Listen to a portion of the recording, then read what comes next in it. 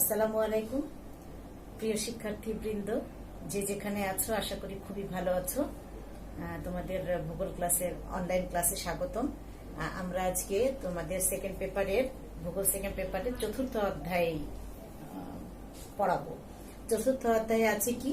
কৃষি। তো কৃষির ইংরেজি অর্থ কি? এগ্রিকালচার। এগ্রিকালচার দুটো ল্যাটিন শব্দ নিয়ে গঠিত, একটা হচ্ছে অ্যাগ্রোস আর একটা হচ্ছে কালচার। অ্যাগ্রোস শব্দের অর্থ হচ্ছে ভূমি বা মাটি, আর কালচারাল শব্দের অর্থ হচ্ছে কর্ষণ করা বা চাষ করা। তাহলে এগ্রিকালচার এই দুটো শব্দ মিলে কি হচ্ছে? যে ভূমি কর্ষণের ফলে কোনো ফসল উৎপাদনের যে পদ্ধতি, সেই পদ্ধতিটাই হচ্ছে এগ্রিকালচার বা কৃষি। তো এই কৃষি প্রত্যক্ষ বা পরোক্ষভাবে কতগুলো নিয়ামকের উপর নির্ভরশীল। এই নিয়ামকগুলো কি? একটা প্রাকৃতিক নিয়ামক, একটা অর্থনৈতিক নিয়ামক, আর একটা হচ্ছে সাংস্কৃতিক নিয়ামক। তো আমি আরেকটু বলে নিই, তোমাদের সিলেবাসে কিন্তু দুইটা অর্থকারী ফসল এবং দুটো খাদ্যশস্য নিয়ে আছে। তো অনেক সময় জ্ঞানমূলক কোশ্চেনে থাকে যে একটা খাদ্যশস্যের নাম লিখো, কিংবা দুইটা খাদ্যশস্যের নাম লিখো, দুইটা অর্থকারী ফসলের নাম লিখো। আমরা অনেকেই কিন্তু ভুল করে থাকি। কি করি? খাদ্যশস্যের কাছে অর্থকারী ফসলের নাম লিখে দিই, আর অর্থকারী ফসলের কাছে খাদ্যশস্যের নাম লিখে দিই। তো আমরা এই জিনিসটা খুব খেয়াল করব এবং সঠিকটা লিখব। খাদ্যশস্য কোনগুলো? যেগুলো হচ্ছে ধান, গম, ভুট্টা, যব, জোয়ার, এগুলো, তাই না?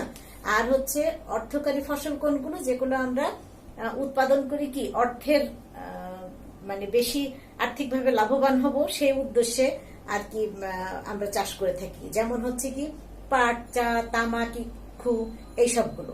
তো আমাদের সিলেবাসে আছে ধান, গম এবং আখ আর চা, এই চারটা আছে। তো পরীক্ষায় কিন্তু যদি অর্থকারী থাকে তাহলে দুটোই অর্থকারী মোটামুটি থাকে, আবার যদি খাদ্যশস্য থাকে তাহলে খাদ্যশস্য দুটোই থাকে। দুটো মানে কি, ওই যে গ এবং ঘয়ে যখন আসে তখন হচ্ছে কি কম্পেয়ার করে আসে, তাই না? তো ওই কম্পেয়ার করলে তখন দুটো অর্থকারী ফসলের মধ্যে অথবা দুটো খাদ্যশস্যের মধ্যে তুলনামূলক তোমার আন্তর্জাতিক বাণিজ্য আসতে পারে, উৎপাদন আসতে পারে, ভৌগোলিক নিয়ামক আসতে পারে। যাই হোক, এই সম্পর্কে আমি পরবর্তীতে তোমাদেরকে যখন এক একটা করে অংশ পড়াবো তখন বলে দিব।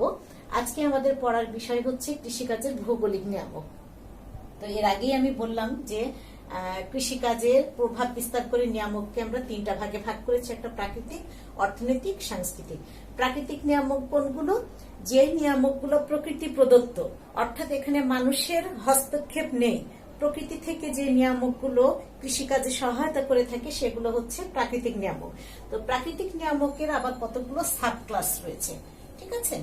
তো তার মধ্যে প্রথমেই কি আছে? প্রথমেই যেটা আছে সেটা হচ্ছে ভূপ্রকৃতি।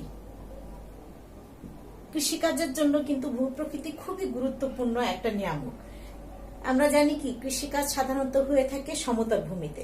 সমতল ভূমি হলে খুব সহজেই সেই জমিটাকে কর্ষণ করা যায়, তারপরে ফসল মানে চারা রোপণ করা যায়, ফসল মানে উঠানো যায়, সহজে বাজারজাতকরণ করা যায়। সব ধরনের সুবিধা সমতল ভূপ্রকৃতিতে আমরা পেয়ে থাকি। কিন্তু ভূপ্রকৃতি যদি বন্ধুর প্রকৃতির কিংবা পাহাড়ি হয় তাহলে সেখানটায় জমিটাকে চাষ করাও যায় না ভালো করে, ফসল উৎপাদন ভালো হয় না, তারপরে সার বীজগুলো পানিতে ধুয়ে চলে যেতে পারে।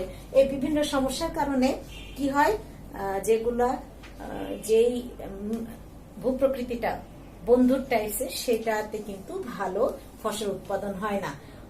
কিন্তু যেটা সমতল ভূপ্রকৃতি, সেই সমতল ভূপ্রকৃতিতে ভালো ফসল উৎপাদন হয় এবং সেটাকে গুদামজাতকরণ, বাজারজাতকরণ, প্রক্রিয়াজাতকরণ সব ধরনের কাজ সুবিধাজনক হয়। তাহলে দেখো, ভূপ্রকৃতিটা কিন্তু খুবই গুরুত্বপূর্ণ একটা নিয়ামক। এরপরে দ্বিতীয় যে পয়েন্টটা আসবে সেটা হচ্ছে কি জলবায়ু।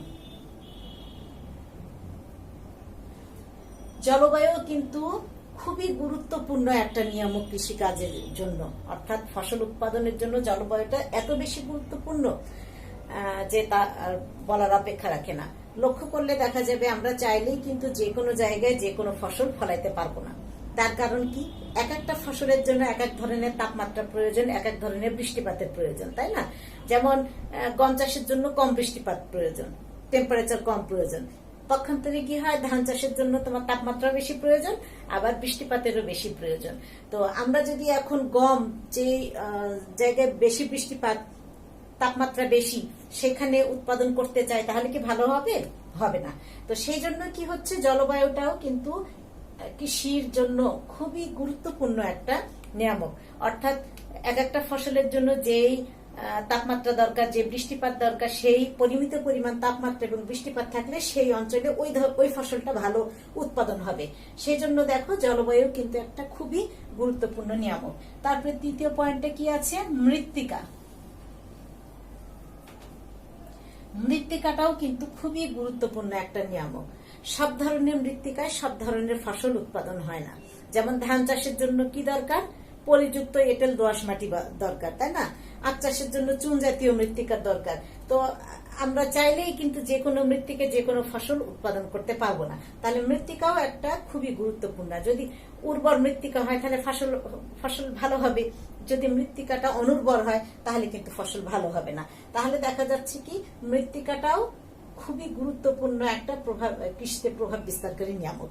আর এগুলো সবই কি প্রাকৃতিক নিয়ামক, এগুলোতে কারোর আমাদের হস্তক্ষেপ দিয়ে আমরা চেঞ্জ করতে পারবো না। আমরা চাইলে কি নাতিশীতোষ্ণ জলবায়ুকে উষ্ণ জলবায়ুতে পরিণত করতে পারবো না। আবার মৃত্তিকা চাইলে এক স্থান থেকে অন্য স্থানে আমরা নিয়ে যেতে পারবো না। সেই কারণে কি এগুলো সবই প্রাকৃতিক নিয়ামক। এরপরে যেটা আছে সেটা কি, নদ নদীর অবস্থান।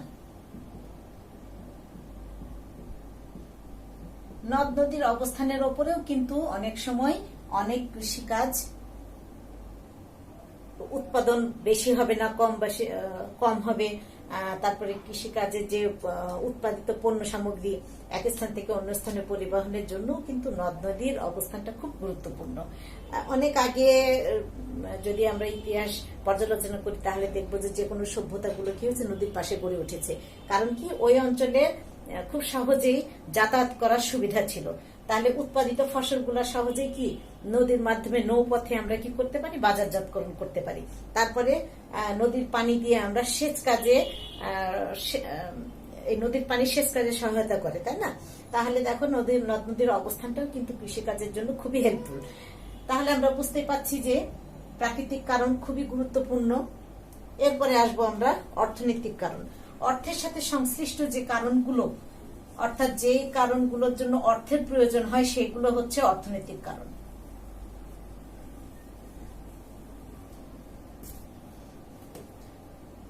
প্রথমেই যেটা আসবে সেটা হচ্ছে কি, মূলধন।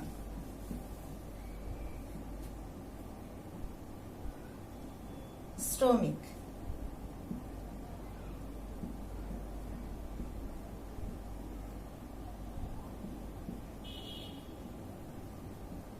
পরিবহন বাণিজ্য। আচ্ছা, আমাদের সব ধরনের প্রাকৃতিক নিয়ামক রয়েছে। আমাদের ভূপ্রকৃতি ভালো আছে, জলবায়ু যে উৎপাদন করব যার জন্য যে পরিমাণ তাপমাত্রা বৃষ্টিপাত দরকার তাও আছে, মৃত্তিকাও ভালো আছে, কিন্তু মূলধন নাই। তাহলে কি আমাদের কৃষিকাজ করা সম্ভব হবে না? কারণ কি, মাটিটাকে কর্ষণ করার জন্য, তারপরে বীজের জন্য, সারের জন্য, সবকিছুর জন্য আমাদের কি দরকার, মূলধন দরকার। মূলধন যদি না থাকে তাহলে কিন্তু কৃষিকাজ সম্ভব না। তাহলে বুঝতেই পারছি যে অর্থনৈতিক কারণের মধ্যে মূলধন খুবই গুরুত্বপূর্ণ, যেগুলো সব ধরনের নিয়ামক থাকা সত্ত্বেও মূলধন না থাকলে কিন্তু কৃষিকাজ হবে না। তাহলে এটা একটা গুরুত্বপূর্ণ নিয়ামক। এরপরে আসবে শ্রমিক। শ্রমিকও কিন্তু অত্যন্ত গুরুত্বপূর্ণ। যদিও এখন বিজ্ঞান আর প্রযুক্তির উন্নয়নে কি হয়েছে, আমরা অনেক কাজ মেশিনের সাহায্য করছি, তাই না?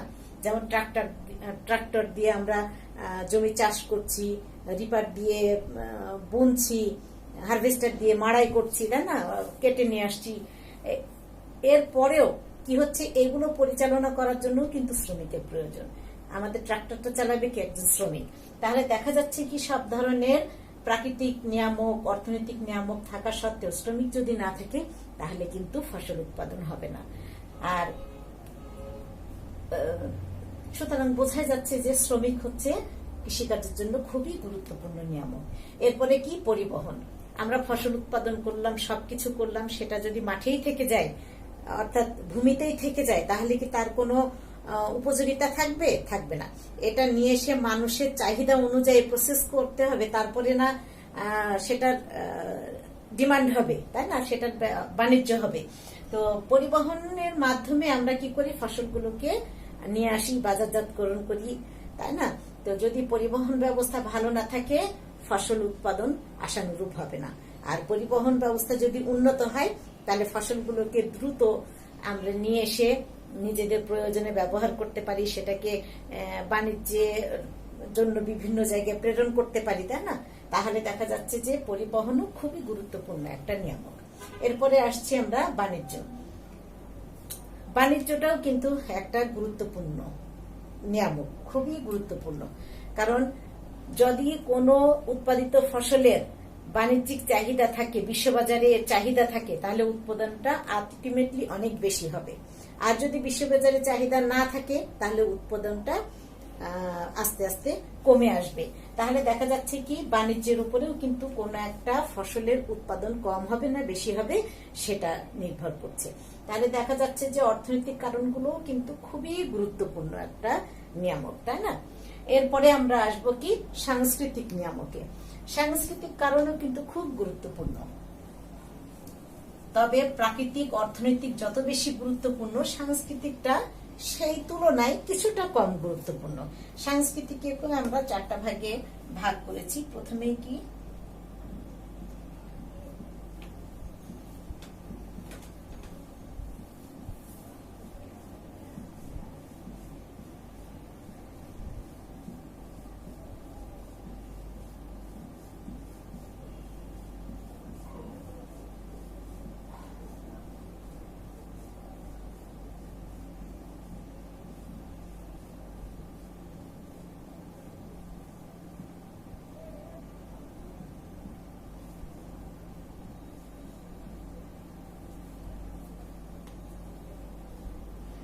জনসংখ্যা। সাংস্কৃতিক নিয়ামকের মধ্যে প্রথমেই আমরা যে পয়েন্টটা দেখছি সেটা হচ্ছে জনসংখ্যা। জনসংখ্যা যদি কোথাও বেশি থাকে, তাহলে কি হবে, কৃষির যে পণ্যগুলো, সেই পণ্যগুলোর চাহিদা বেশি থাকবে। আর জনসংখ্যা যদি কম থাকে, তাহলে কৃষিজ পণ্যগুলোর চাহিদা কম থাকবে। যখন চাহিদা বেশি থাকবে, জনসংখ্যা বেশি থাকবে, তখন কি হবে, আলটিমেটলি উৎপাদন বাড়বে। আর যদি জনসংখ্যা কম থাকে, তাহলে কি হবে, আলটিমেটলি উৎপাদনটা কিছুটা হলেও কমে যাবে। সেজন্য জনসংখ্যাও কিন্তু বেশ প্রভাব ফেলে কৃষির ক্ষেত্রে। এরপরে আমরা আসছি দৃষ্টিভঙ্গি। দৃষ্টিভঙ্গির উপরেও কিন্তু অনেকাংশে অনেক সময় কৃষি উৎপাদন নির্ভর করে। যেমন দেখো, উন্নত দেশগুলো কোন দৃষ্টিভঙ্গিতে উৎপাদন করে, যে তারা বিশ্ববাজারে এটাকে বিক্রি করবে, করে অর্থনৈতিকভাবে লাভবান হবে, এই টার্গেট নিয়েই কিন্তু তারা উৎপাদন করে। আর উন্নয়নশীল দেশগুলো কি করে, উন্নয়নশীল দেশগুলোর দৃষ্টিভঙ্গি থাকে যে তারা শুধুমাত্র জীবন ধারণের জন্য উৎপাদন করবে। তাহলে দেখো, দৃষ্টিভঙ্গি দুই ধরনের। এজন্য উন্নত দেশগুলোতে কি হয়, উৎপাদনও বেশি হয়, কিন্তু উন্নয়নশীল বা অনুন্নত দেশগুলোর দৃষ্টিভঙ্গির কারণেও কিন্তু অনেক ক্ষেত্রে উৎপাদন কমে যায়। তাহলে দেখো, দৃষ্টিভঙ্গি কিন্তু একটা পয়েন্ট, এটা খুব বেশি প্রভাব না ফেললেও কিন্তু প্রভাব ফেলে। এরপরে আসছি বিজ্ঞান ও প্রযুক্তি।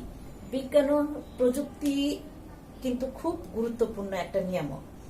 আগের যুগে উন্নয়নশীল দেশগুলোতে কি হতো, পেশি ও পশু শক্তিকে কাজে লাগিয়ে কিন্তু কৃষিকাজ করা হতো। পশু শক্তি মানে কি, তোমার গরু দিয়ে, লাঙল দিয়ে, আমাদের দেশের কথা আগের যদি আমরা চিন্তা করি, তাহলে কি হতো, গরু দিয়ে, লাঙল দিয়ে চাষ করা হতো, মাড়াই করা হতো, তাই না। কিন্তু এখন আধুনিক বিজ্ঞান ও প্রযুক্তির উন্নয়নের ফলে কি হয়েছে, আমরা আর সেই গরু দিয়ে চাষ করি না।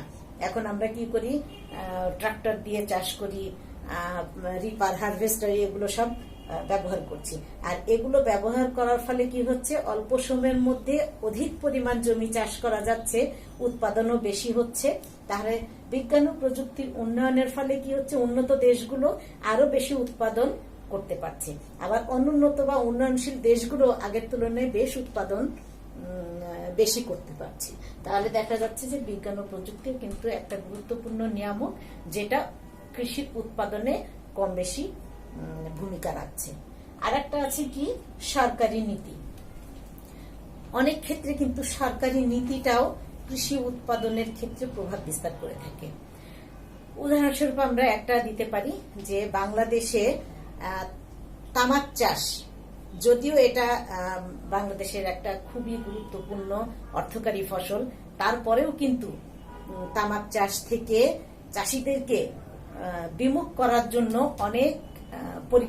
অনেক সরকারি নীতি বাস্তবায়ন করা হচ্ছে। যেমন ওই তামাকের জমিতে লিখে দেওয়া হয় যে তামাক নয়, আসুন ধান চাষ করি বা খাদ্যশস্য চাষ করি, এরকম, কিংবা তাদেরকে নিরুৎসাহিত করার জন্য আরো অনেক সিস্টেম করা হয়ে থাকে।